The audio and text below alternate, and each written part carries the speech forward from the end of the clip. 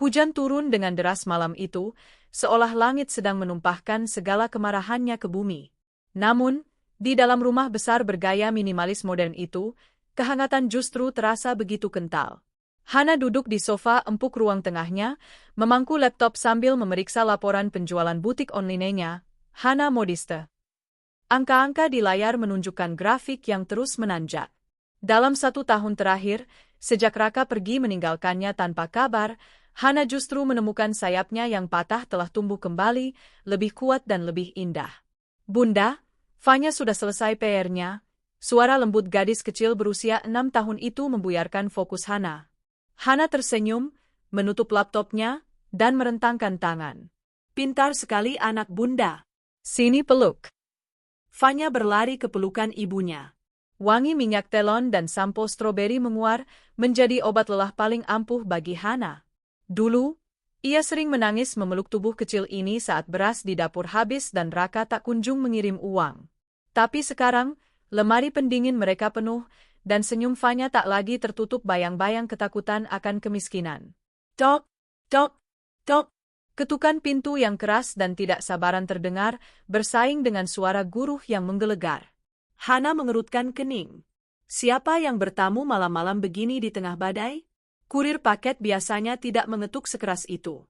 Biar bibi yang buka, nya. Asisten rumah tangga Hana, Bei Inah, tergopoh-gopoh datang dari dapur. Enggak apa-apa, Bei. Fanya sama bibi dulu ya, bunda mau lihat siapa di depan, ujar Hana sambil beranjak. Hana merapikan daster batiknya yang elegan, bukan daster lusuh seperti yang dulu sering dihina Raka. Ia membuka pintu utama.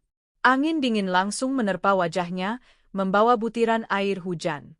Namun, rasa dingin itu tak sebanding dengan beku yang tiba-tiba menjalar di sekujur tubuhnya saat melihat dua sosok yang berdiri basah kuyup di terasnya.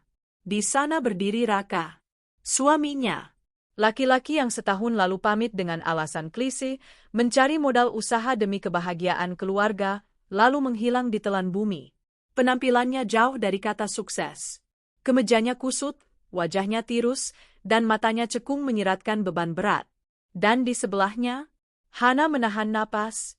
Seorang wanita muda bergelayut manja di lengan Raka. Wajahnya cantik meski pucat pasi, dengan perut yang membuncit besar. Hamil tua. Itu pasti Bella. Wanita yang dulu pernah mengirim pesan suara pada Hana, mengatakan bahwa Hana adalah wanita tua yang membosankan. Hana? Suara Raka terdengar parau, nyaris tertelan suara hujan. Boleh kami masuk? Hana tidak bergeser sedikit pun dari ambang pintu. Tatapannya tajam, menusuk langsung ke manik mata Raka. Tidak ada lagi tatapan memuja atau ketakutan kehilangan seperti dulu. Untuk apa? Tanya Hana dingin. Bukankah setahun ini kamu lupa jalan pulang? Han, tolonglah. Ini darurat. Kami tidak punya tempat lain. Raka mencoba melangkah maju, tapi Hana meletakkan tangannya di kusen pintu, memblokade jalan. Bella merintih pelan, memegang perut bawahnya. Mas, sakit, mas. Kakiku pegal berdiri terus. Suruh dia minggir dong. Mendengar nada bicara wanita itu, darah Hana mendidih. Bahkan dalam posisi mengemis, wanita itu masih terdengar angkuh. Siapa, dia, yang kamu maksud? Tanya Hana sinis pada Bella. Ini rumahku. Sertifikat atas namaku. Kamu tamu tak diundang. Raka buru-buru menengahi, wajahnya memelas. Hana, dengarkan aku dulu. Aku mohon. Demi kemanusiaan. Bella sedang hamil tua, kandungannya bermasalah. Dokter bilang dia harus bedres total dan sebentar lagi harus operasi sesar. Kami baru saja diusir dari apartemen. Hana tertawa. Tawa yang kering dan menyakitkan. Diusir? Jadi kalau tidak diusir, kalian tidak akan ingat padaku? Lalu di mana uang yang katanya kamu cari untukku dan Fanya? Kamu bilang mau membahagiakan kami, tapi nyatanya kamu membahagiakan wanita lain sampai bunting. Aku hilaf, Han. Aku kena musibah? Raka mulai meninggikan suaranya karena putus asa, lalu merendah lagi saat melihat tatapan membunuh Hana. Aku di PHK. Ada masalah di kantor. Tuduhan korupsi yang tidak benar, aku dijebat. Semua asetku disita. Kami tidak punya uang sepeser pun. Orang tua Bella di kampung rumahnya tidak layak, Han. Bocor, kotor, Bella tidak biasa hidup susah. Kasihan bayinya. Hana menatap Bella dari ujung kaki ke ujung kepala. Wanita yang dulu pamer tas branded di media sosial, kini mengenakan dress hamil yang mulai terlihat kusam dan basah. Jadi, karena dia tidak biasa hidup susah, kamu membawanya ke sini? Ke rumah istri yang dulu kamu telantarkan. Hana menggeleng tak percaya. Kewarasanmu sudah hilang, Mas. Aku mohon, Han. Izinkan kami tinggal di sini sementara. Setidaknya sampai Bella melahirkan. Di sini kan ada kamar kosong bekas gudang yang sudah kamu renovasi, aku lihat dari luar. Biarkan Bella di situ, Raka memohon tanpa rasa malu. Dan satu lagi, Raka melanjutkan dengan cepat sebelum Hana sempat memotong. Aku butuh bantuanmu untuk biaya persalinan. Sesar butuh biaya besar, Han. Kamu kan sekarang sukses, butikmu ramai. Anggap saja ini sedekah. Dan, Bella butuh yang merawat. Kamu kan pintar mengurus anak dan rumah, tolong bantu rawat Bella dan nanti bayinya. Aku janji, setelah aku dapat kerja lagi, aku ganti uangmu. Dunia seakan berhenti berputar bagi Hana. Ia menatap suaminya seolah sedang melihat makhluk asing. Kamu minta aku menampung pelakor yang sedang hamil anakmu, membayar biaya lahirannya, dan merawatnya seperti perawat pribadi. Hana mengulangi ucapan Raka dengan nada lambat, menekankan setiap kata. Di rumahku sendiri? Di depan mata Fanya? Demi Fanya juga, Han. Ini adiknya Fanya, seru Raka. Bukan, bentak Hana. Anak itu tidak ada hubungannya denganku. Dan kamu? Hana menunjuk dada Raka. Kamu bukan lagi suamiku, melainkan benalu yang datang saat inangnya sudah mati. Tapi kita belum cerai secara hukum, Han. Aku masih suamimu. Aku punya hak di rumah ini. Raka mulai panik, topeng memelasnya retak digantikan arogansi yang dulu sering ia tunjukkan. Hana tersenyum miring. Ia berjalan mundur 2 langkah, lalu mengambil sebuah amplop coklat dari meja konsol di dekat pintu masuk. Amplop yang sudah ia siapkan berbulan-bulan lalu, menunggu saat yang tepat. Hak? Hana melempar amplop itu tepat ke dada Raka yang basah. Bacalah. Itu surat panggilan sidang perceraian yang sudah aku ajukan ke pengadilan agama. Sidang pertama sudah lewat karena kamu gaib entah di mana. Sebentar lagi putusan Verstek turun. Raka menangkap amplop itu dengan tangan gemetar. Wajahnya pucat pasi. Ia tidak menyangka istri yang dulu penurut dan hanya bisa menangis di pojokan kamar, kini berani menggugatnya. Kamu menceraikan aku. Tentu saja. Kamu pikir aku akan menunggu seumur hidup untuk laki-laki yang menafkahi selingkuhannya dengan uang korupsi. Hana melipat tangan di dada. Bella yang sedari tadi diam menahan sakit akhirnya bersuara, Mas, kok malah bahas cerai sih? Aku dingin, Mas. Perutku kram. Suruh dia minggir. Heh, perempuan tua. Kamu gak punya hati ya? Ada orang hamil kesakitan malah diajak berdebat. Hana menatap Bella dengan pandangan jijik. Karma itu nyata, Nona cantik. Dulu kamu bilang aku tua dan jelek, pantas ditinggalkan. Sekarang lihat dirimu. Hamil, diusir, miskin, dan bergantung pada belas kasihan perempuan tua ini. Aku nggak sudi minta belas kasihanmu kalau Mas Raka punya uang, balas Bella ketus. Nah, itu intinya. Dia tidak punya uang. Jadi, silakan pergi. Hana bersiap menutup pintu. Raka menahan pintu itu dengan kakinya. Tunggu. Han, jangan kejam. Oke, kalau kamu nggak mau kami tinggal di sini, tolong, pinjamkan aku uang. Untuk cari kontrakan. Jangan biarkan kami tidur di jalan. Kontrakan yang layak, Han. Yang ada AC-nya, kasihan Bella kepanasan kalau tidak pakai AC. Hana ternganga. Syaraf malu suaminya benar-benar sudah putus. Uang saku untuk cari kontrakan? Hana tertawa getir. Dulu, Mas, saat Fanya demam tinggi dan aku butuh uang untuk ke dokter, aku meneleponmu ratusan kali. Kamu reject. Kamu bilang sedang meeting, padahal di Instagram selingkuhanmu ini, kalian sedang makan steak mahal. Sekarang kamu minta uang untuk kontrakan ber-AC. Hana menatap mata Raka dalam-dalam. Tidak ada 1 rupiah pun untukmu. Pergilah. Nikmati surga yang kalian bangun di atas penderitaanku dulu. Brat. Hana membanting pintu tepat di depan wajah mereka. Suara kunci diputar terdengar tegas. Di luar, di tengah hujan deras, Raka menggedor pintu. Hana.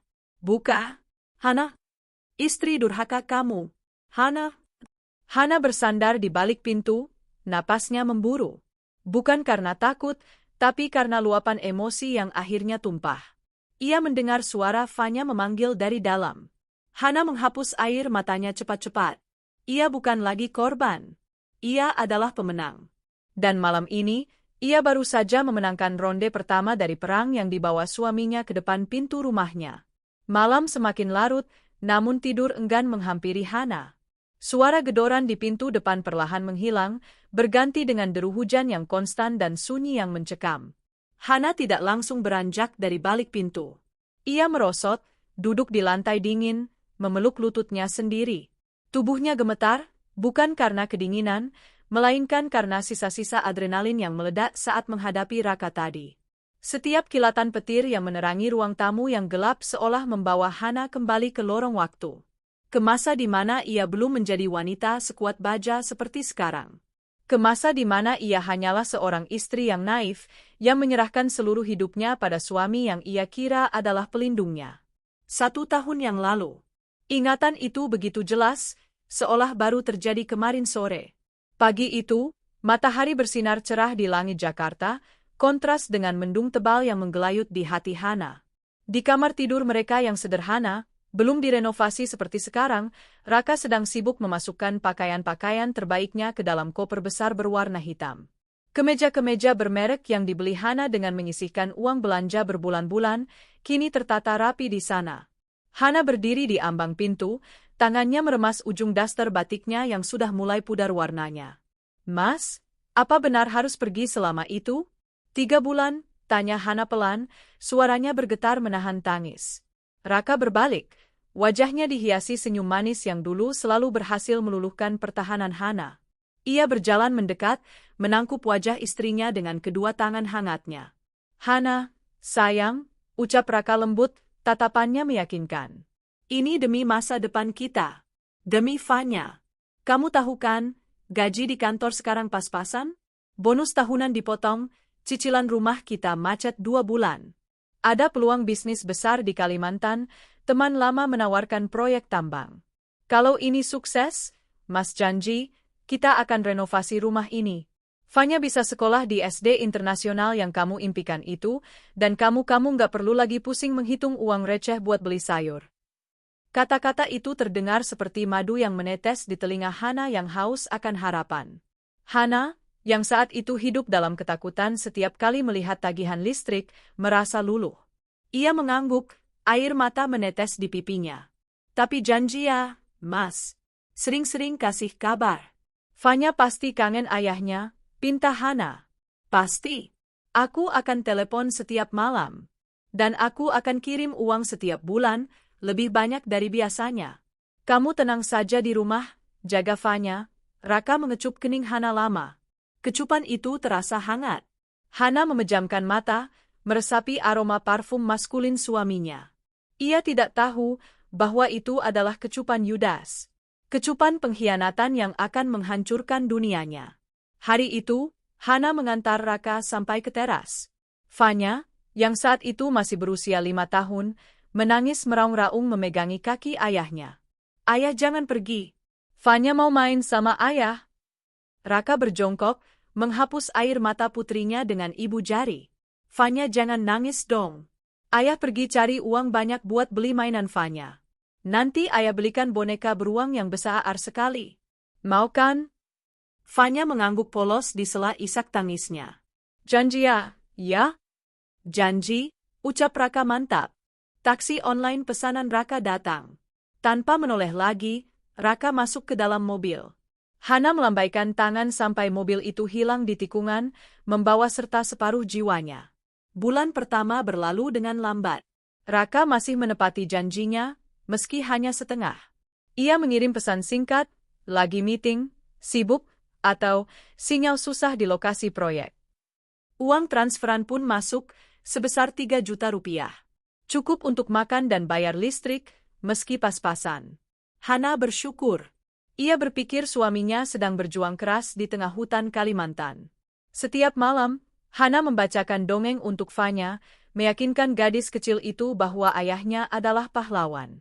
Ayah sedang bekerja keras buat kita, Nak. Kita harus doakan ayah sehat, bisik Hana. Namun, memasuki bulan kedua, mimpi buruk itu mulai merayap masuk. Frekuensi pesan Raka berkurang drastis. Telepon Hana jarang diangkat. Pesan WhatsApp hanya berakhir dengan 2 centang biru, tanpa balasan. Atau lebih parah, hanya centang 1 abu-abu selama berhari-hari. Uang belanja mulai seret. Bulan itu, Raka hanya mengirim 1 juta rupiah. Proyek belum cair, Han. Sabar ya, pakai uang tabungan dulu, begitu bunyi pesan singkatnya saat Hana bertanya. Hana panik. 1 juta rupiah untuk sebulan di Jakarta? Dengan cicilan rumah yang harus dibayar? Hana terpaksa membobol celengan ayam milik Fanya dan menjual satu-satunya kalung emas peninggalan ibunya. Hatinya perih saat menyerahkan kalung itu di toko emas, tapi ia tak punya pilihan. Enggak apa-apa, Han. Ini sementara. Nanti kalau Mas Raka sukses, dia pasti ganti berlipat-lipat, hibur Hana pada dirinya sendiri. Tapi kesabaran Hana diuji lebih keras di bulan ketiga. Raka menghilang total. Tidak ada pesan. Tidak ada telepon. Dan yang paling menakutkan, tidak ada transferan. Tagihan listrik menumpuk. Petugas PLN datang membawa surat peringatan pemutusan. Hana memohon-mohon sampai menangis di depan pagar agar diberi tenggang waktu. Malu. Ia sangat malu dilihat tetangga. Bu, tolonglah. Suami saya belum kirim uang. Minggu depan pasti saya bayar, isak Hana. Petugas itu menatapnya kasihan, lalu memberinya waktu 3 hari. Hana mencoba menghubungi teman-teman kantor lama Raka. Maaf, Mbak Hana. Pak Raka sudah resign 3 bulan lalu. Katanya mau pindah ke luar kota, jawab mantan rekan kerjanya. Hana bingung. Raka bilang dia cuti di luar tanggungan, bukan resign. Kenapa Raka berbohong?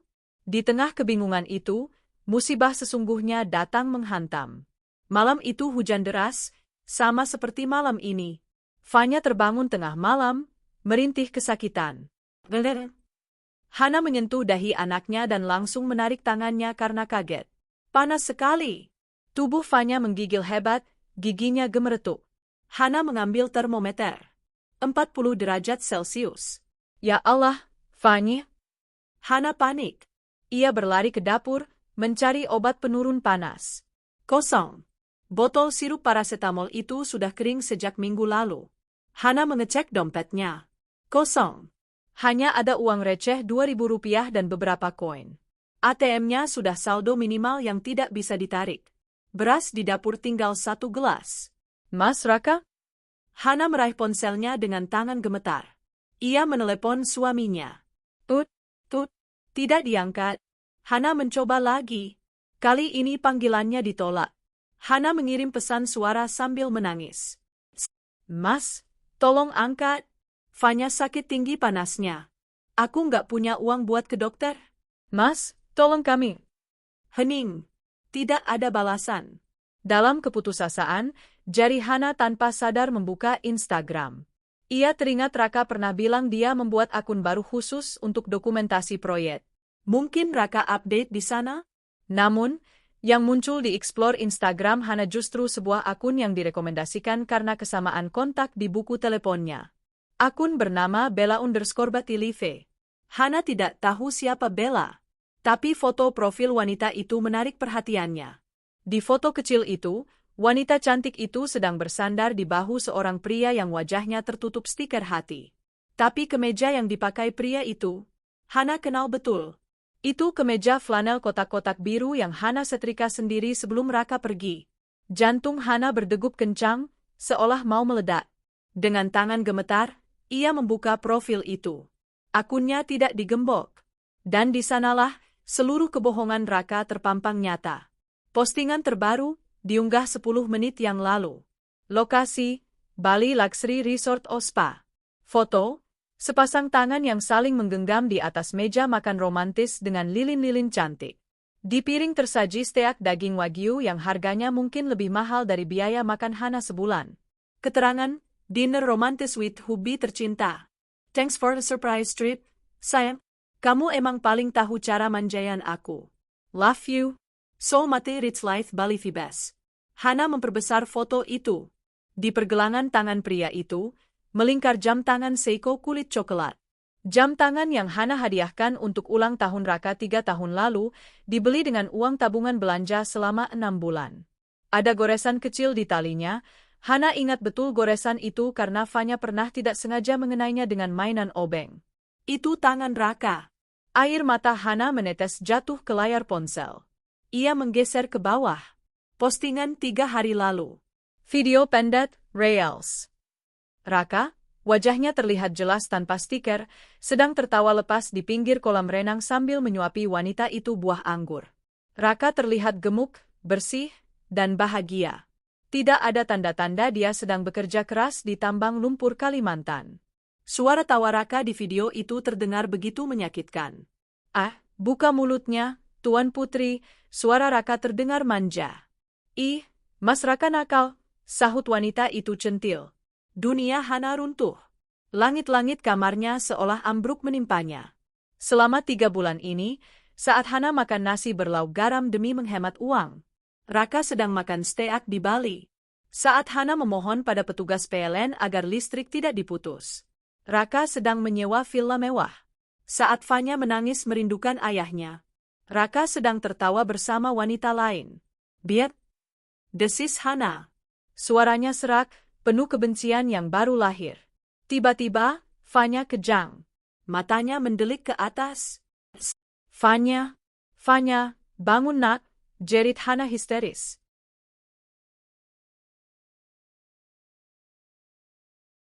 Hana tidak peduli lagi pada Raka. Ia menggendong tubuh Fanya yang mulai kaku, menerobos hujan deras keluar rumah. Ia berlari tanpa alas kaki ke rumah tetangganya, Bu RT. Bu, tolong Bu. Fanya kejang, gedor Hana di pintu rumah Bu RT. Bu RT keluar dengan wajah kaget. Astagfirullah. Ayo, Bu Hana, kita bawa ke rumah sakit pakai mobil Bapak. Di dalam mobil, Hana mendekap Fanya erat-erat. Ia terus berdoa, memohon agar Tuhan tidak mengambil satu-satunya alasan ia hidup. Sesampainya di IGD, dokter segera menangani Fanya. Ibu harus segera mengurus administrasi. Anak ibu butuh rawat inap dan obat-obatan segera, kata perawat. Berapa biayanya, Sus? Tanya Hana lemas. Untuk deposit awal minimal 2 juta rupiah, Bu. 2 juta. Bagi Hana saat itu, 2 juta adalah angka yang mustahil. Hana meraba jari manisnya. Cincin kawin. Satu-satunya emas yang tersisa. Cincin yang dulu dipakaikan Raka dengan janji sehidup semati. Hana melepas cincin itu dengan kasar. Ia tidak merasakan kesedihan lagi saat melihat benda itu. Yang ada hanya rasa jijik. Saya akan cari uangnya, Sus. Tolong rawat anak saya dulu, pinta Hana. Hana berlari keluar rumah sakit, mencari toko emas atau pegadaian yang masih buka, atau setidaknya mencari ATM untuk mencoba menelepon Raka sekali lagi. Ia mencoba menelepon Raka lagi. Kali ini diangkat. Halo? Suara perempuan. Suara Bella. Mana Raka? Tanya Hana dingin, tanpa basa-basi. Si ibu. Mas Raka lagi mandi. Kenapa sih nelpon terus? Ganggu orang liburan aja? Jawab Bella santai, nada bicaranya penuh ejekan. Dengar ya, pelakor. Anak saya, anak Raka, sedang sekarat di rumah sakit. Dia butuh uang. Suruh Raka transfer sekarang atau saya lapor polisi, teriak Hana. Di seberang sana, terdengar suara tawa kecil. Aduh, drama banget sih, Bu. Sekarat atau cuma butuh alasan buat minta duit? Mas Raka udah cerita kok, kamu itu boros. Dikasih duit berapa aja kurang. Lagian ya, Mas Raka bilang dia udah nggak peduli. Dia capek sama kamu yang kucel dan miskin. Dia bahagia sama aku. Aku cantik, aku wangi, aku bisa nyenengin dia. Nggak kayak kamu, bau bawang. Kamu? Hana kehabisan kata-kata. Udah ya, Jangan ganggu lagi. Kami mau have fun. Bye, Tante Girang. Klik. Sambungan diputus. Dan nomor Hana langsung diblokir. Hana berdiri mematung di lobi rumah sakit. Hinaan itu membakar telinganya. Tapi anehnya, air matanya justru berhenti mengalir. Rasa sakit itu telah berubah wujud. Dari kesedihan menjadi kemarahan yang membara. Dari keputusasaan menjadi tekad baja. Hana menjual cincin kawinnya di pedagang emas pinggir jalan dengan harga murah karena ia butuh uang cepat. Ia kembali ke kasir rumah sakit, melempar uang itu ke meja. "Selamatkan anak saya," ucapnya tegas. 3 hari Fanya dirawat. Selama 3 hari itu, Hana tidak tidur. Ia duduk di samping ranjang Fanya, menatap wajah pucat putrinya. Di benaknya, ia menyusun rencana. "Cukup," bisik Hana pada Fanya yang masih tertidur. "Tidak akan ada lagi air mata untuk laki-laki itu. Mulai hari ini, Bunda tidak butuh ayah. Kita bisa hidup sendiri. Bunda akan jadi kaya. Bunda akan jadi sukses. Dan suatu hari nanti, mereka akan merangkak di kaki kita memohon ampun." Sepulang dari rumah sakit, Hana membersihkan gudang belakang rumahnya. Ia mengeluarkan mesin jahit tua peninggalan ibunya yang sudah berdebu. Ia membeli kain perca kiloan dengan sisa uang kembalian rumah sakit. Malam itu, di bawah penerangan lampu bohlam 5 watt yang remang-remang, Hana mulai menjahit. Jarinya tertusuk jarum berkali-kali, tapi ia tidak merasakan sakit. Rasa sakit di hatinya jauh lebih perih. Ia menjahit daster. Sederhana, tapi rapi. Ia memfotonya, mempostingnya di Facebook. Jual daster rumahan. Bahan adem, jahitan kuat. Harga 35.000. Satu teman berkomentar. "Mau dong, Han?" "1. Itu adalah penjualan pertamanya. Uang 35.000 pertama yang ia hasilkan dengan keringatnya sendiri, tanpa menunggu belas kasihan Raka. Uang itu ia cium sambil menangis haru. Hari demi hari, pesanan mulai bertambah. Hana belajar membuat pola baru dari YouTube. Ia belajar memadukan warna. Ia begadang sampai jam 3 pagi setiap hari untuk menjahit, lalu bangun jam 5 pagi untuk mengantar Fanya sekolah dan belanja kain. Kelelahan fisik itu luar biasa, tapi setiap kali melihat saldo rekeningnya bertambah, 100.000, 500.000, 1 juta, Hana merasa semakin kuat. Ia tidak lagi mengecek kapan Raka online. Ia tidak lagi menunggu Raka pulang. Raka sudah mati dalam ingatannya. Sampai akhirnya, malam ini Raka berdiri di depan pintunya, hidup kembali sebagai zombie yang kelaparan. Suara petir kembali menggelegar, menarik paksa Hana dari lamunan masa lalunya. Hana menarik napas panjang, mengisi paru-parunya dengan udara dingin. Ia bangkit berdiri, kakinya terasa sedikit kram tapi langkahnya mantap. Kenangan itu menyakitkan, tapi itu adalah bahan bakar yang membuatnya bertahan malam ini. Ia tidak merasa bersalah sedikit pun telah mengusir Raka dan Bella. "Kalian yang memulai perang ini," gumam Hana sambil berjalan mematikan lampu ruang tengah. "Dan aku yang akan mengakhirinya." Hana berjalan menuju kamar Fanya. Ia menyelipkan tubuhnya di samping putrinya yang tertidur lelap, memeluk guling kecil Fanya. "Tidur yang nyenyak, Nak. Besok pagi, kita akan sarapan enak. Dan Bunda janji, tidak ada yang bisa mengambil kebahagiaan kita lagi. Tidak ayahmu, tidak juga wanita itu." Di luar sana, hujan masih turun membasahi bumi, membasahi 2 manusia yang kini menggigil kedinginan di pos ronda tanpa selimut, tanpa uang, dan tanpa harga diri. Karma baru saja mengetuk pintu mereka, dan ini baru permulaan. Matahari pagi menyeruak masuk melalui celah tirai sutra berwarna krem di kamar tidur utama yang luas itu. Hana mengerjapkan mata, menyesuaikan penglihatannya dengan cahaya. Ia meregangkan tubuhnya di atas kasur king size yang empuk, jauh berbeda dengan kasur kapuk tipis yang dulu ia tiduri selama bertahun-tahun bersama Raka. Hana menoleh ke samping. Fanya masih tertidur pulas, memeluk guling dengan damai. Tidak ada lagi demam, tidak ada lagi rintihan kesakitan. Hana bangkit, berjalan menuju pintu kaca yang menghubungkan kamarnya dengan balkon. Ia membuka pintu itu, membiarkan udara pagi yang segar, sisa hujan semalam, menyapa wajahnya. Dari lantai 2 rumahnya yang kini megah setelah direnovasi total 6 bulan lalu, ia bisa melihat pemandangan kompleks perumahan elit tempatnya tinggal. Namun, tatapannya terhenti pada satu titik di kejauhan, tepat di dekat gerbang pos keamanan kompleks. Di sana, di bangku kayu pos ronda yang keras, terlihat dua sosok manusia yang meringkuk seperti udang. Pakaian mereka tampak kusut dan kotor. Si wanita, Bella, tampak menyandarkan kepalanya di tiang pos dengan mulut terbuka, sementara kakinya yang bengkak diletakkan di atas pangkuan si pria, Raka, yang tertidur sambil duduk dengan kepala terkulai ke dada. Hana menyesap teh hangat yang baru saja diseduhnya. Ada rasa puas yang aneh menjalar di dadanya. Bukan rasa bahagia di atas penderitaan orang lain, melainkan rasa lega bahwa keadilan Tuhan itu nyata. "Selamat pagi, mantan suamiku," bisik Hana pada angin. "Bagaimana rasanya tidur beratapkan langit setelah kalian tertawa di atas tangisanku?" Raka terbangun karena gigitan semut merah di lehernya. Ia menepuk lehernya kasar, lalu meringis saat menyadari seluruh badannya terasa remuk redam.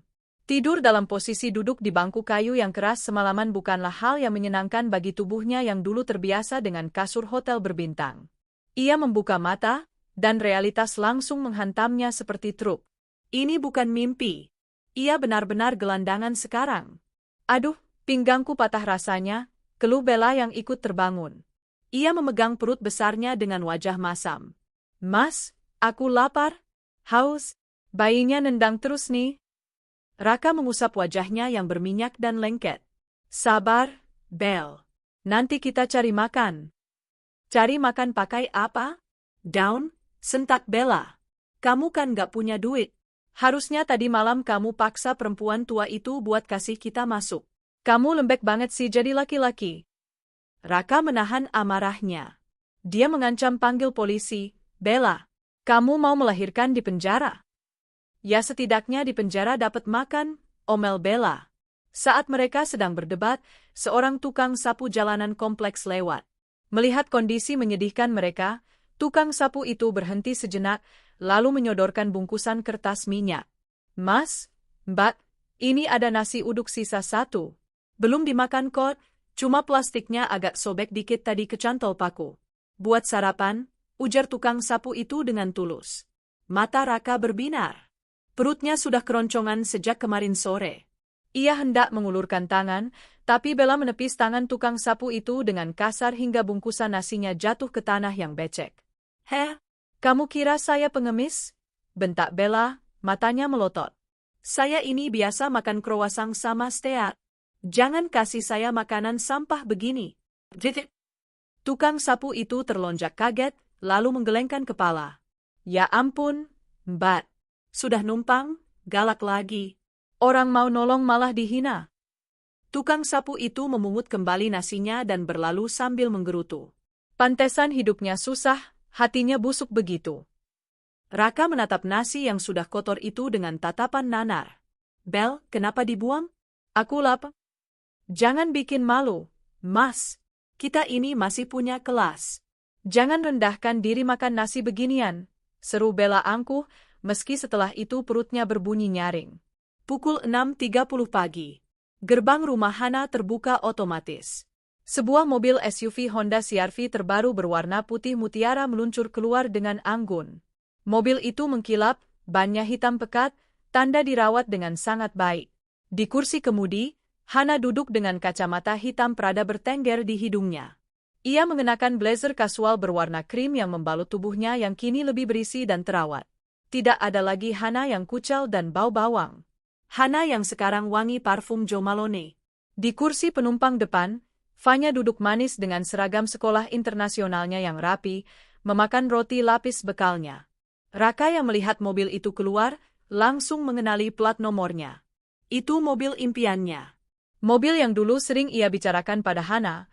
"Nanti kalau aku sukses, kita beli CR-V putih ya, Han." Sekarang Hana memilikinya. Tanpa Raka. "Hana?" Raka berlari, mencoba menghadang jalan. "Hana, berhenti. Kita perlu bicara." Hana tidak menginjak rem. Ia justru menekan klakson panjang. "Ti." Raka terlonjak kaget, Hampir saja tertabrak jika ia tidak melompat mundur. Kaca jendela mobil perlahan turun separuh. Raka tersenyum lebar, mengira Hana akan luluh. Ia merapikan rambutnya yang kusut, mencoba terlihat berwibawa. Han, syukurlah kamu berhenti. Aku mau bicara soal Pak Ujang. Hana berteriak memanggil satpam kompleks, sama sekali tidak menatap Raka. Pak Ujang, satpam bertubuh kekar, segera berlari mendekat. Sip, Bu Hana. Tolong singkirkan gelandangan ini dari jalan saya. Menghalangi lalu lintas. Dan pastikan mereka tidak ada di area kompleks ini lagi saat saya pulang nanti. Mereka membuat lingkungan kita terlihat kumuh, ucap Hana tegas dan dingin. Raka ternganga. Gelandangan? Han, aku suamimu. Aku ayah Fanya. Fanya menoleh, menatap Raka dengan tatapan asing. Bunda, itu om jahat yang semalam ya? Hana mengelus rambut Fanya. Iya, sayang. Jangan dilihat. Nanti mata kamu sakit. Baik, Bu Hana.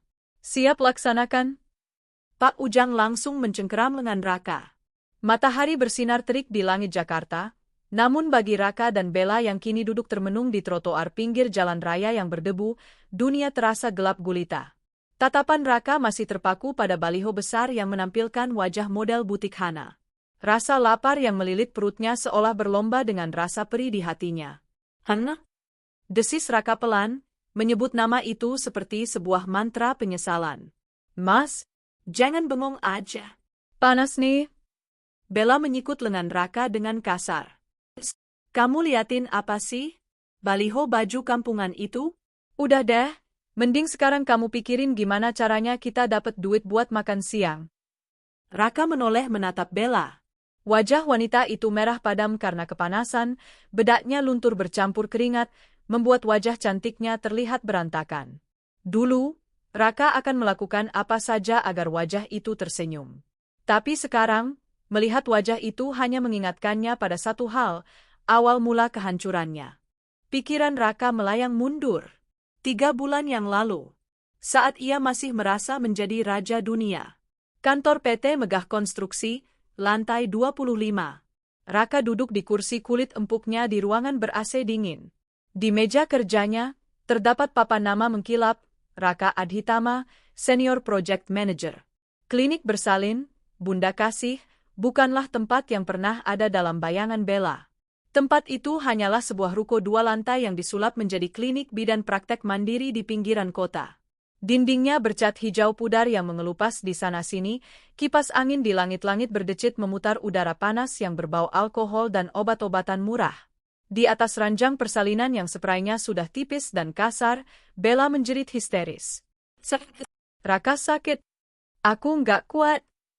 Bella mencengkeram lengan Raka hingga kuku-kukunya yang panjang menancap dalam ke daging suaminya. Raka meringis menahan perih, tapi rasa perih di lengannya tidak sebanding dengan kepanikan yang melanda hatinya. Tarik napas, Bel. Tarik napas. Bisik Raka dengan suara gemetar. Wajahnya pucat pasi, keringat dingin bercucuran membasahi kemeja kotornya. Mana dokternya? Panggil dokter spesialis. Aku mau sesar. Aku mau bius. Sakit banget, goblok, maki Bella, air mata dan ingus bercampur di wajahnya yang dulu selalu glowing. Bidan Yati, wanita paruh baya yang menangani persalinan itu, menggelengkan kepala dengan sabar meski kupingnya panas mendengar makian pasiennya. Bu, pembukaannya sudah lengkap. Nggak bisa dirujuk ke rumah sakit sekarang, keburu lahir di jalan. Lagian bapak bilang nggak punya biaya buat deposit RS. Jadi ibu harus kooperatif. Kalau ibu teriak-teriak terus, tenaganya habis, bayinya bisa kejepit, tegas bidan Yati. Mas, lakuin sesuatu. Jerit Bella lagi saat kontraksi hebat kembali menyerang. Raka hanya bisa menunduk. Ia tidak bisa melakukan apa-apa.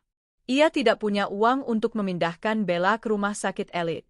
Ia bahkan tidak punya uang untuk membeli air mineral botolan yang diminta Bella tadi. Ayo bu, ngeden.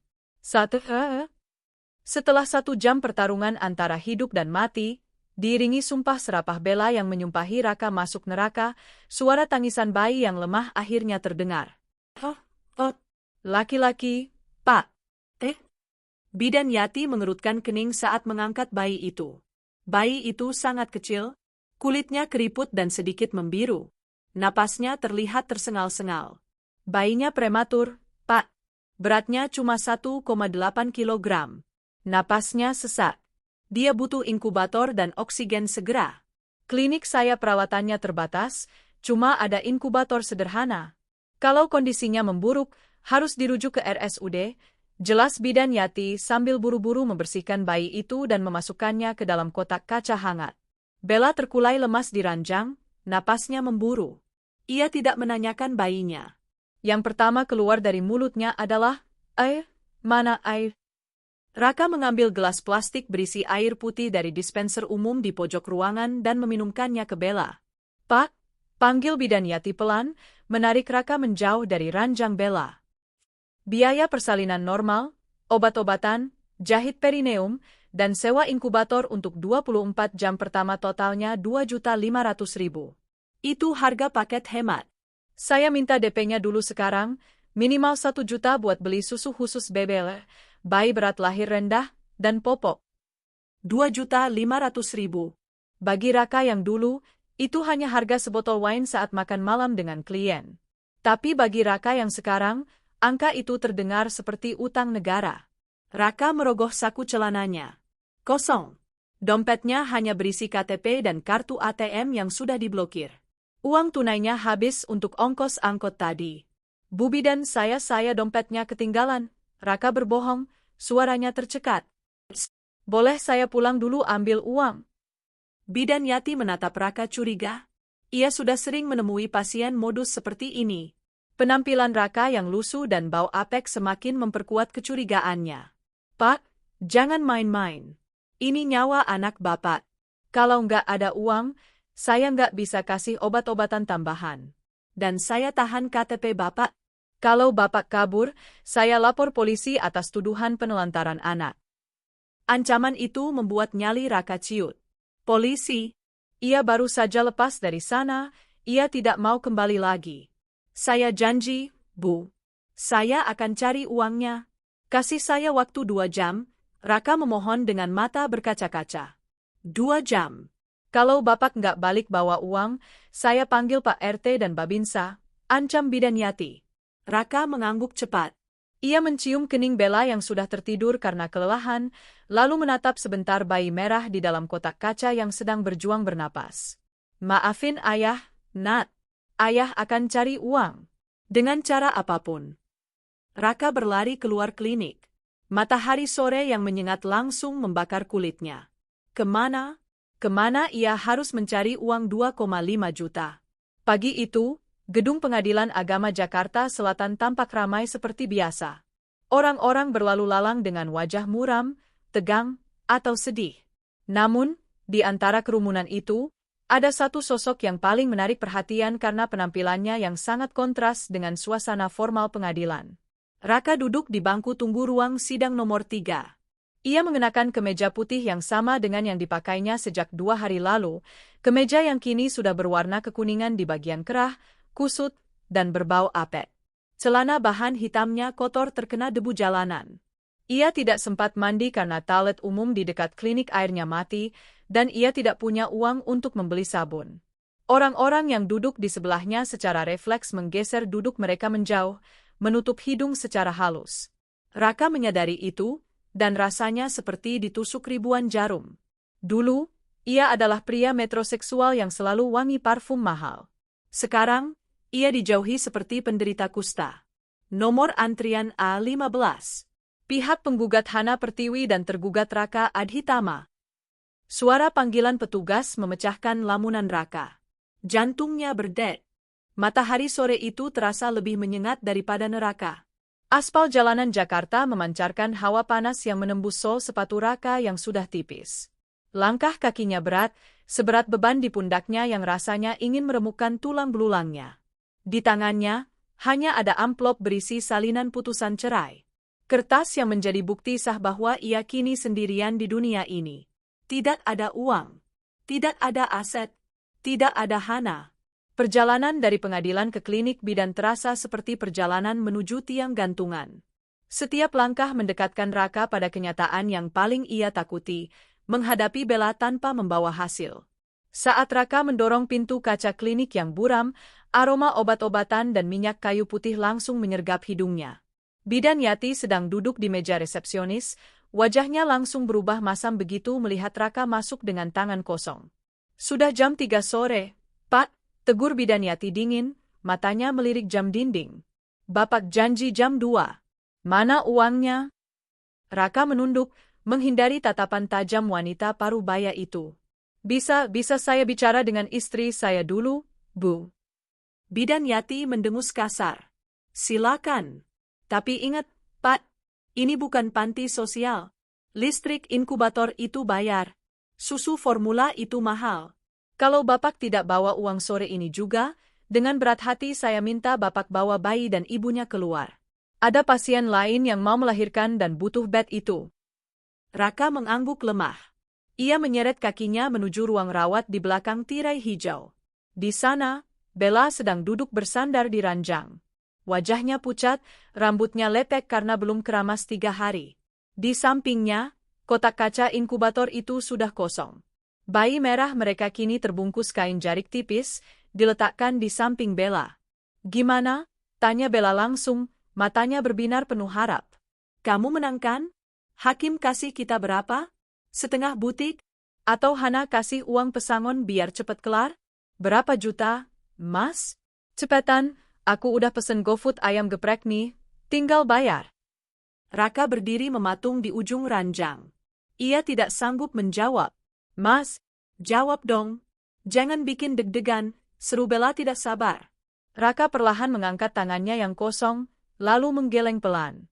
Air mata menetes dari sudut matanya yang cekung. Aku kalah telat, Bel. Hening. Detik berikutnya, Bella melempar bantal ke wajah Raka. Kalah gimana maksud kamu? Jerit Bella histeris, membuat bayi di sebelahnya kaget dan mulai menangis. Oh. Hakim menolak tuntutan Gonogini, suara Raka bergetar hebat. Karena butik itu dibuat setelah aku pergi. Dan kalau aku maksa minta harta, aku juga harus bagi hutang korupsiku ke Hana. Aku nggak bisa lakuin itu, Bel, nanti aku malah nggak dapat apa-apa dan tetap miskin. Jadi kamu pulang tangan kosong? Bella meraung. Wajah cantiknya berubah menjadi topeng kemarahan yang mengerikan. Kamu laki-laki macam apa sih? Hah? Udah koruptor, miskin, bego, sekarang kalah sidang. Terus kita makan apa?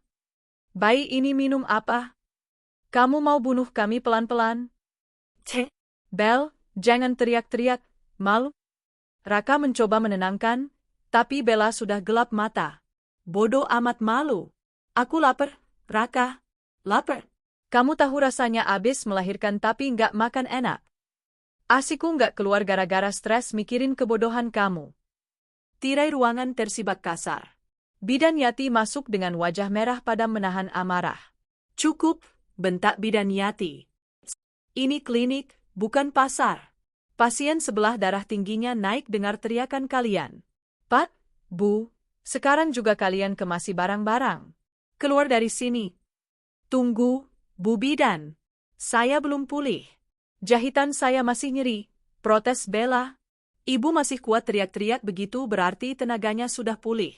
Saya sudah bantu banyak. Susu kaleng tadi pagi saya kasih gratis. Biaya persalinan kemarin baru dibayar 200.000, padahal totalnya 2,5 juta. Saya rugi bandar. Sekarang, silakan pergi sebelum saya panggil warga. Raka tahu tidak ada gunanya memohon lagi. Bidan Yati sudah habis kesabaran. Ayo, Bel, ajak Raka lirih sambil memungut tas plastik kresek berisi baju-baju kotor mereka. Nggak mau. Aku mau di sini. Di luar panas, tolak Bella.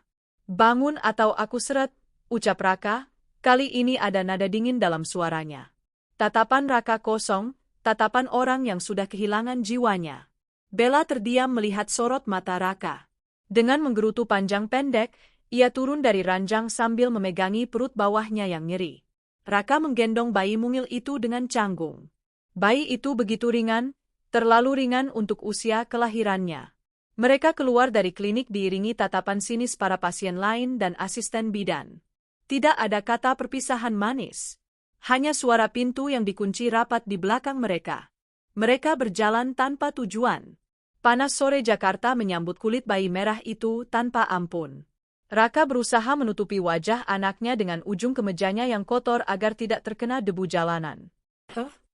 Rintih Bella setelah berjalan 500 meter. Beliin minum kek. Raka merogoh saku. 0 rupiah. Ia melihat sekeliling. Matanya tertumbuk pada sebuah konter HP kecil di pinggir jalan. Etalasenya penuh dengan kartu perdana dan aksesoris murah. Tunggu di sini, kata Raka pada Bella. Ia mendudukkan Bella di bangku beton halte bus yang sudah retak.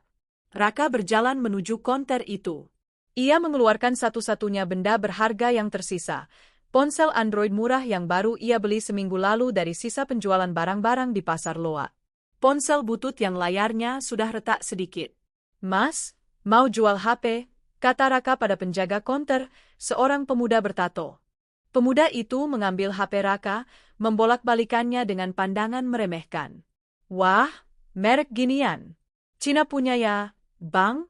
Layar retak, baterai kembung dikit. Nggak laku nih. Tolonglah, mas. Buat beli susu anak, Raka memelas. 200.000 aja. Pemuda itu tertawa. 200? Mimpi. Goceng, 50.000, gue ambil buat kanibal spare part. 50.000? Raka ternganga. Mas, beli barunya 700.000? Ya itu kan baru. Ini udah jadi rongsok. Mau nggak? Kalau nggak mau ya udah. Pemuda itu menyodorkan kembali HP-nya. Raka menoleh ke halte. Ia melihat Bella sedang mengipasi wajahnya dengan tangan, dan bayi di gendongannya mulai menggeliat tak nyaman. 50.000. Itu hanya cukup untuk 1 kaleng susu paling murah dan 2 nasi bungkus. Tapi ia tidak punya pilihan. Ya udah, 50.000, ucap Raka serak. Rasanya seperti menjual harga dirinya sendiri seharga kacang goreng. Pemuda itu memberikan uang selembar 50.000 yang lusuh. Raka menerimanya dengan tangan gemetar. Ponsel itu adalah alat komunikasi terakhirnya. Sekarang, ia benar-benar terputus dari dunia. Tidak bisa menghubungi siapa-siapa lagi. Raka kembali ke Bella, membawa 2 botol air mineral dingin dan 1 kotak susu formula bubuk sachet paling murah, serta 1 botol bayi plastik seharga 10.000. Cuma dapat segini, tanya Bella ketus saat melihat uang kembalian yang tinggal recehan logam. HP-nya cuma ditawar goceng. Makan malam ini kita bagi nasi bungkus 1 berdua, jawab Raka datar. Ia sibuk menyeduh susu di botol menggunakan air mineral, seharusnya pakai air hangat, tapi mereka tidak punya akses air panas. Air dingin? Mas, nanti bayinya sakit perut, protes Bella. Daripada mati kelaparan, kamu mau nyusuin? Enggak kan? Katanya Athachat. Raka menyumpal mulut bayi itu dengan dot. Awalnya bayi itu menolak, tapi karena lapar, ia akhirnya menyedot cairan putih itu dengan rakus. Raka menatap anaknya dengan pedih. Anak sekecil ini sudah harus merasakan kerasnya hidup karena dosa orang tuanya. Malam turun membungkus kota. Lampu-lampu toko mulai menyala, menampilkan kemewahan yang tidak bisa mereka sentuh. Raka dan Bella berjalan menyusuri deretan ruko pasar yang mulai tutup. Kita tidur di mana? Tanya Bella, suaranya mulai serak menahan tangis. Kakinya bengkak, perut bekas operasinya, jahitan, terasa nyut-nyutan. Di sana, Raka menunjuk sebuah ruko kosong yang di depannya ada teras keramik agak lebar. Langit malam di pinggiran Jakarta tak pernah benar-benar gelap. Cahaya oranye dari lampu jalanan memantul pada awan polusi, menciptakan suasana suram yang mencekam. Di bantaran Kali Ciliwung yang keruh dan berbau sampah, sebuah bangunan tua berdiri miring, seolah enggan menopang beban atapnya sendiri. Rumah itu, jika masih layak disebut rumah, adalah sisa bangunan sengketa yang ditinggalkan pemiliknya puluhan tahun lalu.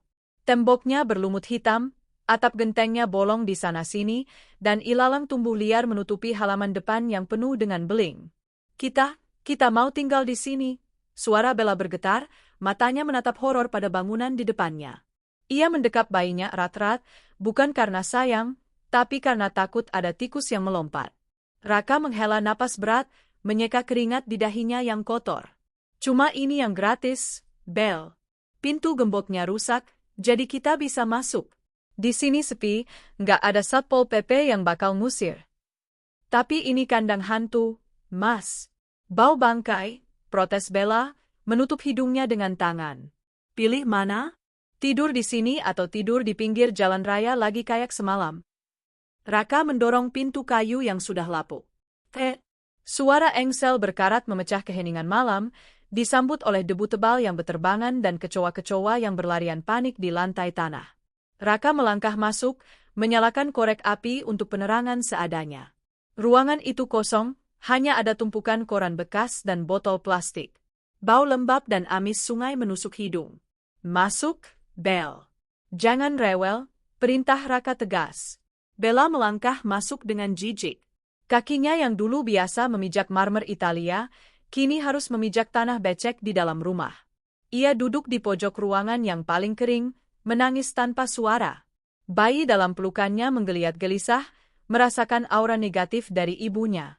Malam itu, di istana, baru mereka, Raka dan Bella tidur beralaskan kardus bekas, ditemani nyanyian nyamuk dan suara tikus yang berpesta di plafon. Ini adalah titik terendah baru dalam hidup mereka, tapi Raka tahu, badai yang sesungguhnya belum berakhir. 3 hari berlalu di rumah hantu itu. Kehidupan mereka berubah menjadi siklus penderitaan yang tak berujung. Raka pergi pagi-pagi buta untuk menjadi kuli panggul di pasar induk, pekerjaan kasar yang akhirnya mau menerimanya karena bayarannya sangat murah. Pulang sore dengan tubuh remuk redam, membawa uang 20-30 ribu rupiah, hanya cukup untuk beli nasi bungkus dan susu sachet. Sementara Bella, ia terjebak di rumah itu bersama bayinya. Dan Bella, ia tidak diciptakan untuk kemiskinan. Mas, air galonnya habis, teriak Bella begitu Raka pulang. Ambil air di sumur warga atau di kali buat mandi, Bel. Galon cuma buat minum dan bikin susu, sahut Raka lelah, meletakkan badannya di lantai. Gila kamu. Air kali itu item. Banyak sampahnya. Aku nggak mau kulitku gatal-gatal, jerit Bella. Akibatnya, Bella jarang mandi. Tubuhnya yang dulu wangi parfum mahal kini bau apek bercampur keringat dan bau asi-basi. Rambutnya kusut masai. Masalah terbesar adalah popok. Karena tidak mampu membeli pampers sekali pakai, Raka membelikan beberapa lembar popok kain lusuh dari pasar loak. Tapi Bella tidak mau mencucinya. Aku nggak mau nyuci kena kotoran. Jijik, Mas. Kuku aku nanti rusak. Bella menumpuk popok-popok kain yang penuh kotoran bayi itu di pojok ruangan. Lalat hijau mulai berkerumun. Bau busuk menyengat kemana-mana, bercampur dengan udara panas Jakarta yang pengap. Bayi mereka, yang diberi nama Bara oleh Raka, karena lahir saat hidup mereka membara oleh masalah, mulai sakit-sakitan. Diare menyerang karena botol susunya dicuci seadanya dengan air mentah. Kulitnya merah-merah digigit nyamuk dan iritasi popok yang jarang diganti. Tangisan Bara menjadi musik latar yang menyiksa setiap malam. Diam! Bella membentak bayinya sendiri. Ia menutup wajah bayi itu dengan bantal tipis sesaat karena stres, sebelum Raka buru-buru menarik bantal itu. Kamu mau bunuh anak kita? Raka menampar pipi Bella. Itu tamparan fisik pertama Raka. Bella memegang pipinya, matanya menyalang. Bunuh aja. Biar beban kita hilang. Gara-gara anak sialan ini aku jadi miskin. Gara-gara kamu aku jadi gelandangan. Mereka bertengkar hebat. Teriakan dan makian kasar terdengar sampai keluar rumah tua itu, menembus dinding-dinding lapuk, mencapai telinga warga kampung di seberang kali. Pagi itu, Raka sudah berangkat kerja. Bella sendirian di rumah. Tumpukan popok kotor di pojok ruangan sudah menggunung dan baunya membuat Bella mau muntah. Sialan, gerutu Bella. Kenapa nggak ada pembantu sih di sini? Dengan hidung ditutup kain, Bella memungut popok-popok itu dengan ujung jari. Bukannya membawa ke sungai untuk dicuci, Bella berjalan ke halaman samping rumah yang berbatasan langsung dengan pagar rumah warga kampung sebelah, rumah Bu RT yang asri dan penuh tanaman bunga. Tanpa pikir panjang, Bella melempar gumpalan-gumpalan kain kotor itu melewati pagar. Pluk! Pluk! Popok berisi kotoran itu mendarat tepat di atas pot bunga anggrek kesayangan Bu RT yang sedang mekar. Beres, gumam Bella, merasa puas masalahnya hilang. Ia kembali masuk ke dalam rumah. Sore harinya, Bu RT pulang dari arisan. Ia menjerit histeris melihat tanaman anggrek mahalnya tertimbun kain kotor yang bau busuk dan dikerubungi lalat. Astaga, siapa yang kurang ajar ini? Bu RT, wanita bertubuh gempal yang terkenal galak tapi adil, langsung melacak sumber lemparan. Arahnya jelas dari rumah kosong sebelah. Bu RT memanggil suaminya, Pak RT, dan beberapa pemuda kampung. Mereka mendatangi rumah hantu itu. Assalamualaikum. Keluar, gedor Pak RT di pintu kayu yang rapuh. Bella yang sedang tiduran kaget. Ia membuka pintu dengan wajah judes. Apaan sih? Berisik banget. Nggak tahu ada bayi tidur, sentak Bella, lupa kalau dia hanya penumpang haram di situ. Bu RT maju, menunjuk wajah Bella. Heh, Mbak, kamu yang buang kotoran ke rumah saya. Kamu punya otak nggak? Itu najis. Kena bunga saya. Bella menatap Bu RT dari atas ke bawah dengan tatapan meremehkan, kebiasaan lamanya sebagai sosialita wannabe muncul. Aduh, Bu. Cuma kotoran bayi doang kok heboh. Tinggal siram juga hilang. Lagian bunga ibu itu murah kan? Nanti suami saya ganti 10 kali lipat kalau gajian, ujar Bella angkuh. Warga yang mendengar itu melongo. Perempuan kumal, bau, tinggal di rumah hantu, tapi ngomongnya selangit. Ganti? Makan aja kalian susah, gaya mau ganti, cibir salah satu pemuda. Mbak, sadar diri. Kalian itu pendatang ilegal di sini. Udah numpang, jorok, sombong lagi. Heh, jaga mulut lo ya. Bella emosi, menunjuk-nunjuk pemuda itu. Gue ini istri pejabat. Suami gue manajer proyek. Kami cuma lagi ada masalah dikit. Jangan samain gue sama kalian orang-orang kampung miskin. Suasana memanas. Kata, miskin, yang keluar dari mulut Bella menyulut emosi warga. Kurang ajar. Udah digerebek aja, Pak RT. Ini meresahkan. Tiap malam ribut, bayinya nangis terus nggak diurus. Sekarang nyampah, teriak warga. Betul, usir aja. Jangan-jangan mereka kumpul kebo. Pak RT mencoba menengahi. Mbak, panggil suaminya sekarang. Suami saya kerja. Kalian bubar nggak? Atau saya lapor polisi karena perbuatan tidak menyenangkan, ancam Bella, masih hidup dalam delusi kekuasaannya yang sudah sirna. Ancaman itu adalah kesalahan fatal. Warga kampung bantaran kali paling anti diancam polisi. Wah, nantangin dia. Seret keluar. Saat itulah Raka pulang. Ia melihat kerumunan orang di depan rumahnya. Jantungnya mencelos. Ia berlari menerobos kerumunan. Maaf, Pak. Ada apa ini? Tanya Raka ngos-ngosan. Ini suaminya, tanya Pak RT sinis. Istrimu ini buang tahi ke rumah saya, dan malah ngatain warga miskin. Mas, kalau mau numpang hidup, tahu diri. Sopan santun dipakai. Raka menatap Bella yang masih berdiri berkacak pinggang dengan wajah menantang. Raka ingin sekali menyumpal mulut istrinya itu. Maafkan istri saya, Pak. Dia lagi stres pasca melahirkan. Saya akan bersihkan sekarang juga. Tolong jangan usir kami, Raka memohon, menyatukan kedua tangannya. Tapi nasi sudah menjadi bubur. Warga sudah terlanjur sakit hati. Nggak bisa, Mas. Kampung kita jadi bau dan sial kalau ada orang sombong kayak gini. Angkat kaki sekarang juga, teriak Bu RT. Iya, pergi sana. Dasar orang gila. Sebuah batu melayang entah dari mana, mengenai genteng rumah tua itu. Prak, serbu. Situasi menjadi chaos. Warga yang emosi mulai merangsek masuk. Mereka mengeluarkan barang-barang Raka dan Bella, kardus, baju kotor, botol susu, dan melemparnya ke jalanan tanah.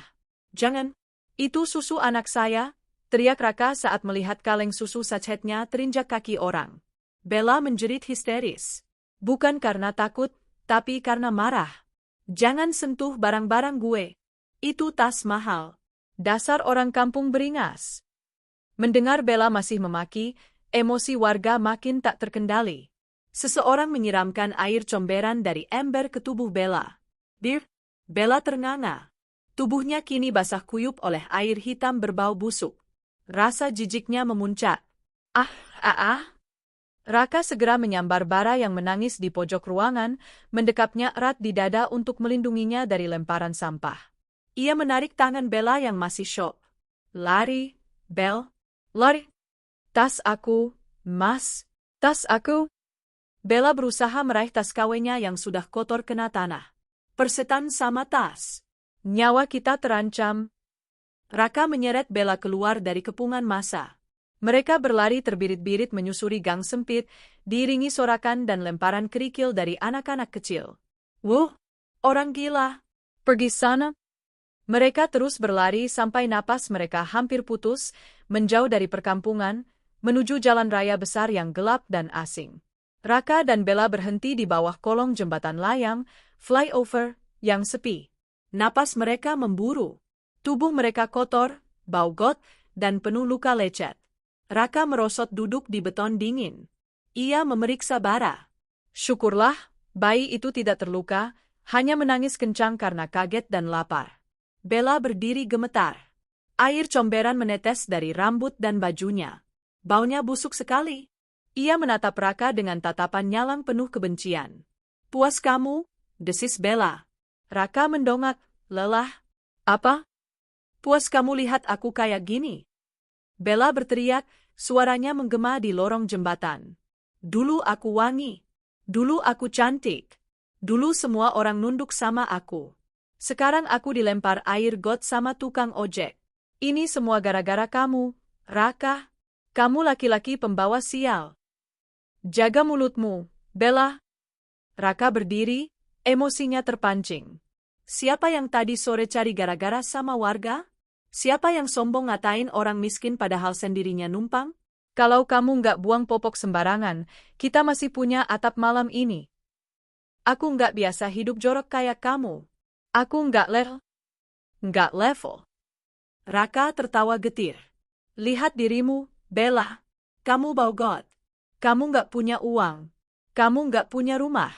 Levelmu sekarang itu di bawah jembatan ini. Terima kasih. Bella terdiam. Dadanya naik turun menahan amarah. Matanya menatap Raka, lalu beralih menatap jalan raya di atas sana di mana truk-truk besar berlalu lalang menuju luar kota. Sebuah rencana licik mulai tumbuh di benak Bella. Rencana untuk menyelamatkan dirinya sendiri. Sini bayinya, kata Bella tiba-tiba, suaranya berubah tenang. Mau apa? Raka curiga. Mau aku susuin? Dia lapar kan? Tadi susunya keinjek orang. Mungkin asiku keluar dikit karena kaget tadi. Alibi Bella. Raka ragu sejenak, tapi tangisan Bara membuatnya luluh. Ia menyerahkan bayi itu ke gendongan Bella.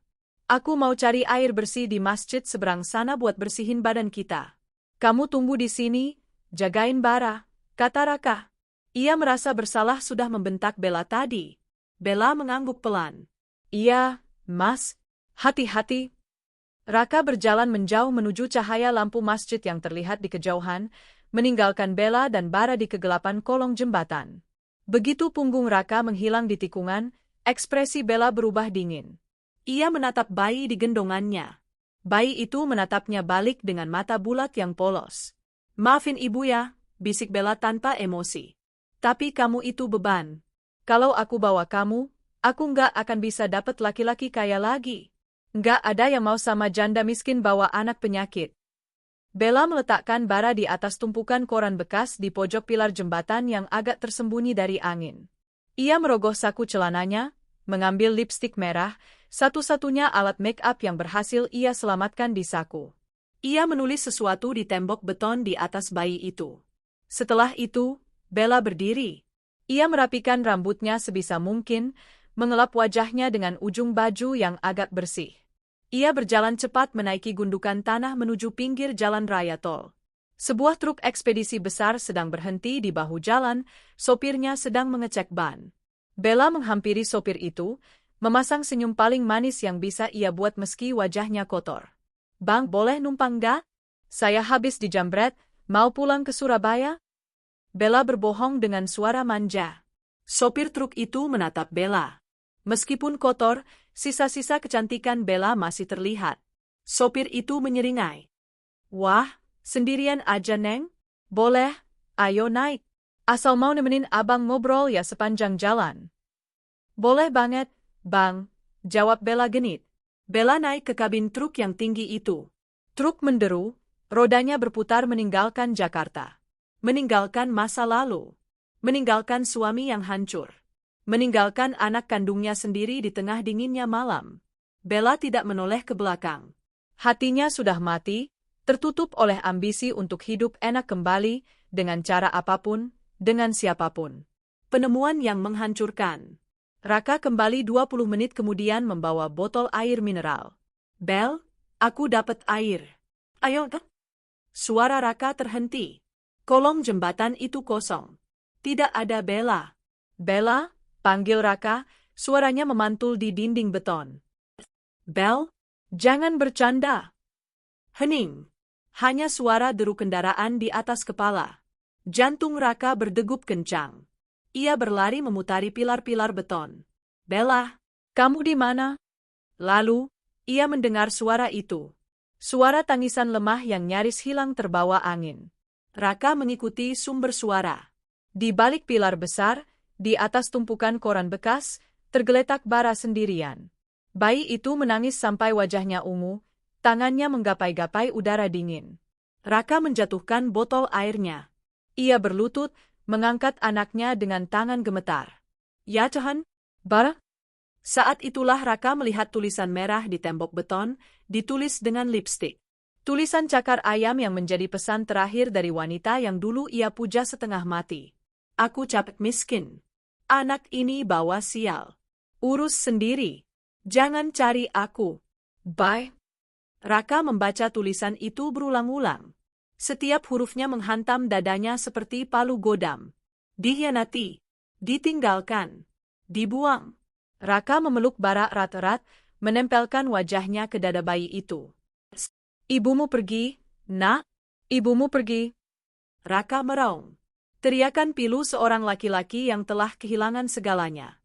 Hartanya, jabatannya, istrinya yang tulus, Hana, dan kini wanita yang ia bela mati-matian, Bella, justru membuangnya seperti sampah saat ia tak lagi berguna.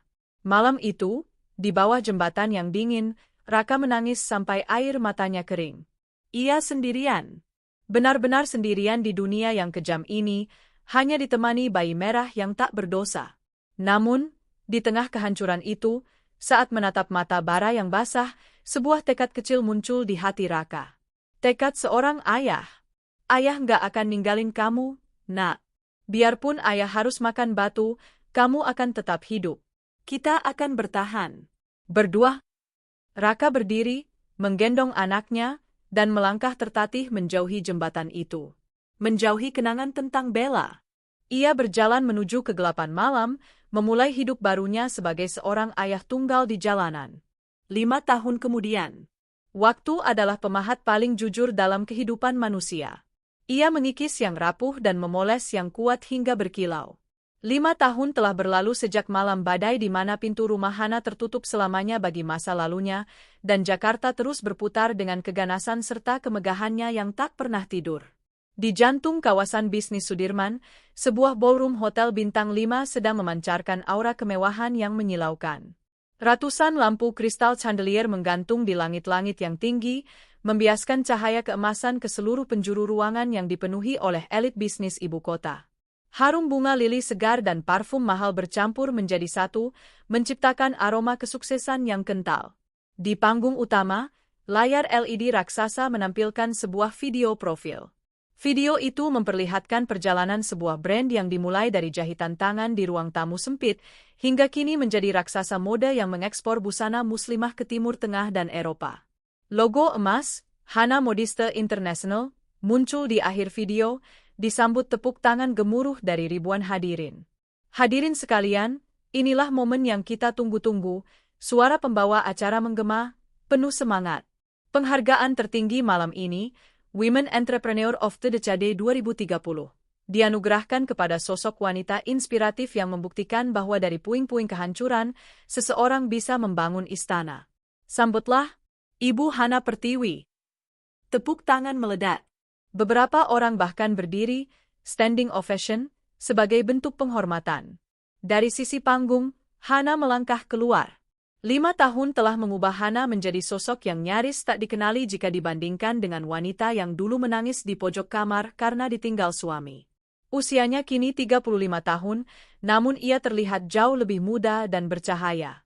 Ia mengenakan gaun long dress sutra berwarna champagne dengan detail payet kristal Swarovski yang ia rancang sendiri, sebuah mahakarya yang memadukan kesopanan dan kemewahan. Wajahnya dirias flawless, namun yang paling menarik perhatian bukanlah riasannya, melainkan matanya. Mata itu memancarkan ketenangan samudera yang dalam.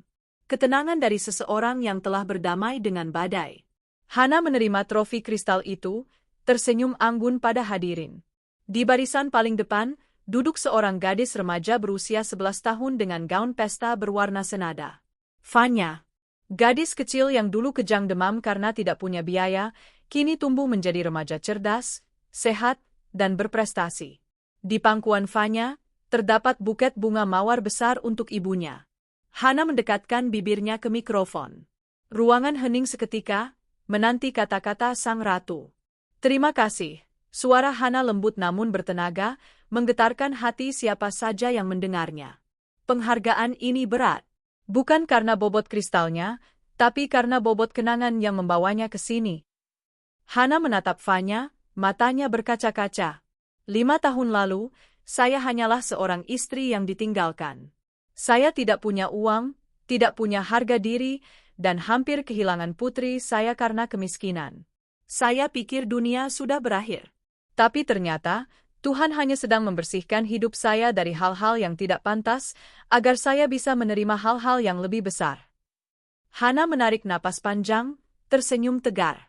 Untuk setiap wanita di luar sana yang sedang menangis malam ini karena dikhianati, direndahkan, atau ditinggalkan, dengarkan saya. Air matamu adalah doa. Rasa sakitmu adalah bahan bakar. Jangan menunggu pangeran berkuda putih untuk menyelamatkanmu. Bangunlah, ambil pedangmu sendiri, dan jadilah ratu di kerajaanmu sendiri. Karena balas dendam terbaik bukanlah menghancurkan orang yang menyakitimu, melainkan menjadi versi terbaik dirimu sampai mereka tidak lagi relevan dalam hidupmu. Pidato itu ditutup dengan gemuruh tepuk tangan yang lebih keras dari sebelumnya. Fanya berlari ke panggung, memeluk ibunya erat. Hana mencium puncak kepala putrinya, satu-satunya harta yang paling ia jaga mati-matian. Di layar televisi di sudut ruangan, siaran langsung acara itu disiarkan ke seluruh penjuru negeri. Wajah bahagia Hana terpampang jelas, menjadi simbol kemenangan mutlak. Kontras dengan kemegahan Sudirman, di pinggiran Jakarta Utara, tepatnya di sebuah lahan sengketa bekas gusuran yang becek dan bau amis laut, kehidupan berjalan merangkak. Tidak ada lampu kristal di sini. Yang ada hanyalah lampu bohlam 5 watt yang kedap-kedip, menggantung miring di atap sebuah gubuk kardus yang dilapisi plastik terpal biru sobek-sobek. Di dalam gubuk yang hanya seukuran 2x3 meter itu, seorang pria tua sedang terbatuk-batuk hebat. Suara batuknya terdengar kering dan menyakitkan, seolah paru-parunya sudah menjadi kerupuk. Uhuk. Pria itu mencoba bangun dari alas tidurnya, tumpukan karung goni bekas beras. Tulang punggungnya berbunyi krek saat ia memaksakan diri untuk duduk. Ia meraba dadanya yang sesak, merasakan tulang rusuknya yang menonjol tajam di balik kulit yang hitam legam dan penuh jamur kurap. Dia adalah Raka. Jika ada teman kantornya dulu yang melihatnya sekarang, mereka pasti akan muntah atau lari ketakutan. Raka yang dulu gagah, wangi, dan perlente, kini lebih mirip mayat hidup. Rambutnya yang dulu hitam tebal kini nyaris botak, menipis dan memutih tidak merata. Giginya yang dulu putih hasil veneer kini ompong 3 di bagian depan karena pernah dipukuli preman pasar saat berebut lahan memulung. Kakinya penuh koreng yang tak kunjung sembuh karena diabetes yang tidak terobat. Usianya baru 38 tahun, tapi fisiknya seperti kakek 70 tahun yang sudah bosan hidup. Ya, Baralam. Sebuah suara lirih membuyarkan rasa sakit di dada Raka. Dari balik tumpukan selimut kumal di pojok gubuk, menyembul kepala seorang anak laki-laki berusia 5 tahun. Bara, buah dosa Raka dan Bella. Anak itu tumbuh dengan kondisi yang memprihatinkan. Tubuhnya sangat kurus, kepalanya terlihat besar karena kurang gizi, stunting. Kulitnya kusam penuh bekas gigitan nyamuk. Namun, matanya bulat dan jernih, mewarisi kecantikan ibunya yang telah membuangnya. Raka menatap anaknya dengan pandangan nanar. Rasa bersalah itu datang lagi, menghantam ulu hatinya lebih keras dari penyakit fisiknya. Sabar ya, nak. Suara Raka parau, seperti gesekan amplas. Ayah mau berangkat mulung. Kemarin botol plastiknya cuma dapat dikit, Bos Madura marah. Hari ini ayah janji cari yang banyak biar kita bisa beli nasi uduk. Nasi uduk yang pakai telur ya? Ya? Bara mau telur dadar, pinta Bara polos. Permintaan sederhana itu membuat mata Raka panas. Telur dadar. Makanan yang dulu Raka anggap remeh, bahkan sering ia buang jika tidak sesuai selera, kini menjadi kemewahan yang tak terjangkau. Iya, kalau rezeki kita bagus, kita beli telur dadar. Raka berbohong demi membuat anaknya tersenyum. Raka memaksakan diri berdiri. Ia mengenakan kaos partai kedodoran yang sudah bolong di ketiak, lalu mengambil karung goni besar dan tongkat besi pengais sampah. Ayo, nak, naik ke gerobak. Bara dengan patuh naik ke dalam gerobak kayu reyot yang menjadi kendaraan dinas Raka. Di dalam gerobak itu, Raka sudah menata kardus agar Bara bisa duduk empuk. Raka tidak pernah meninggalkan Bara sendirian di gubuk. Lingkungan di sini terlalu berbahaya, banyak penculik anak, preman mabuk, dan anjing liar. Kemanapun Raka pergi memulung, Bara selalu ikut di dalam gerobak. Mereka mulai menyusuri jalanan aspal yang panas.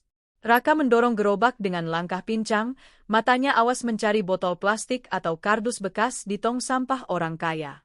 Setiap kali melihat mobil mewah lewat, Raka akan menundukkan wajahnya dalam-dalam, menyembunyikan diri di balik topi kumalnya.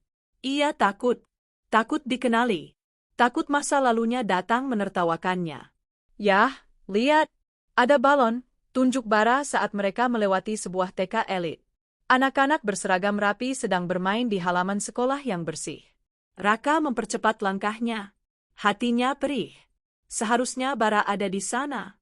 Seharusnya Bara sekolah, makan bekal sehat, dan bermain. Bukan duduk di gerobak sampah menghirup debu jalanan. Maafin ayah, Bara. Maafin ayah. Gumam Raka berulang kali seperti mantra penebus dosa. Siang itu, matahari bersinar terik tanpa ampun. Raka berhenti di bawah pohon angsana di pinggir jalan raya untuk istirahat. Hasil memulungnya hari ini sangat sedikit. Baru setengah karung. Belum cukup untuk beli beras, apalagi nasi uduk telur. Tiba-tiba, dua orang pemulung lain lewat sambil mengobrol seru. Lu tahu nggak? Di panti asuhan Kasih Bunda di ujung jalan sana lagi ada acara gede. Katanya ada orang kaya, artis kali ya, lagi bagi-bagi nasi kotak sama amplop duit. Serius lu? Wah, ayo ke sana. Keburu abis? Iya, katanya yang bagiin itu ibu peri cantik banget. Baik bener orangnya, nggak jijikan sama kita. Telinga Raka bergerak mendengar kata, nasi kotak, dan amplop. Perutnya berbunyi keras. Bara di dalam gerobak juga menatap ayahnya dengan mata berbinar. Yah, ada nasi kotak? Cicit Bara. Raka bimbang. Ia sebenarnya paling anti antre sumbangan. Sisa harga dirinya sebagai mantan manajer masih memberontak. Ia malu dianggap pengemis. Tapi melihat wajah pucat Bara dan bibir anaknya yang kering pecah-pecah, benteng gengsi Raka runtuh seketika. Ya sudah, kita coba ke sana. Siapa tahu rezeki Bara, putus Raka. Ia mendorong gerobaknya lagi, kali ini lebih semangat. Mengikuti arah pemulung tadi menuju panti asuhan. Sesampainya di sana, antrian sudah mengular panjang sampai keluar gerbang. Ratusan kaum duafa, pengemis, pengamen, pemulung, lansia terlantar, berbaris rapi. Di halaman panti, terpasang tenda biru megah. Aroma ayam goreng tepung dan gulai sapi menguar ke udara, membuat air liur siapa saja menetes. Raka memarkir gerobaknya di pinggir selokan. Ia menggendong Bara dan ikut mengantre di barisan paling belakang. Jangan nakal ya, pegang tangan ayah terus, pesan Raka. Antrian bergerak perlahan. Semakin dekat ke depan, Raka bisa melihat sosok dermawan yang sedang membagikan bingkisan itu. Seorang wanita. Wanita itu berdiri di tengah kerumunan, dikelilingi staf yang sibuk. Ia mengenakan kemeja putih polos yang terlihat mahal dan celana bahan abu-abu. Rambutnya diikat rapi. Wajahnya, Raka menyipitkan matanya yang rabun. Wanita itu menoleh ke samping, tertawa renyah saat menyalami seorang nenek tua. Tawa itu. Raka kenal tawa itu. Itu tawa yang dulu sering ia dengar di ruang makan rumahnya. Tawa yang dulu ia sia-siakan demi tawa palsu Bella. Darah Raka berdesir hebat. Kakinya gemetar sampai lututnya beradu. Itu Hana. Benar-benar Hana. Bukan mimpi, bukan halusinasi kelaparan. Hana terlihat begitu bersinar, begitu suci, begitu jauh dari jangkauan. Dia bukan lagi Hana yang kucel. Dia adalah bidadari yang turun ke bumi. Kepanikan melanda Raka. Ia melihat dirinya sendiri. Baju penuh noda daki, celana sobek, bau sampah yang menyengat. Jangan. Raka mundur selangkah. Aku nggak bisa. Aku mau. Raka berbalik badan, menarik tangan Bara kasar. Bara, ayo pulang. Kita nggak usah makan di sini. Loh? Kenapa ya? Bara kaget dan memberontak. Itu ayamnya gede banget ya. Bara mau. Bara lak. Diam. Ayah bilang pulang, bentak Raka panik. Ia tidak mau Hana melihatnya dalam kondisi sehina ini. Ia lebih baik mati kelaparan daripada harga dirinya diinjak-injak lagi oleh tatapan kasihan Hana. Wah! Ayah ga? Bara mau makan. Bara menangis kencang, menjatuhkan dirinya ke tanah, tantrum karena lapar. Suara tangisan Bara yang melengking memecah keramaian. Orang-orang menoleh, termasuk wanita di depan sana.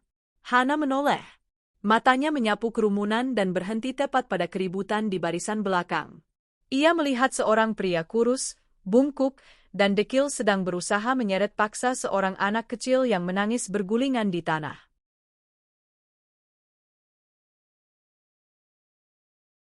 Isinya nasi putih pulen yang masih hangat, ayam goreng paha besar, rendang daging empuk, telur balado, sayur capcay, kerupuk, dan pisang.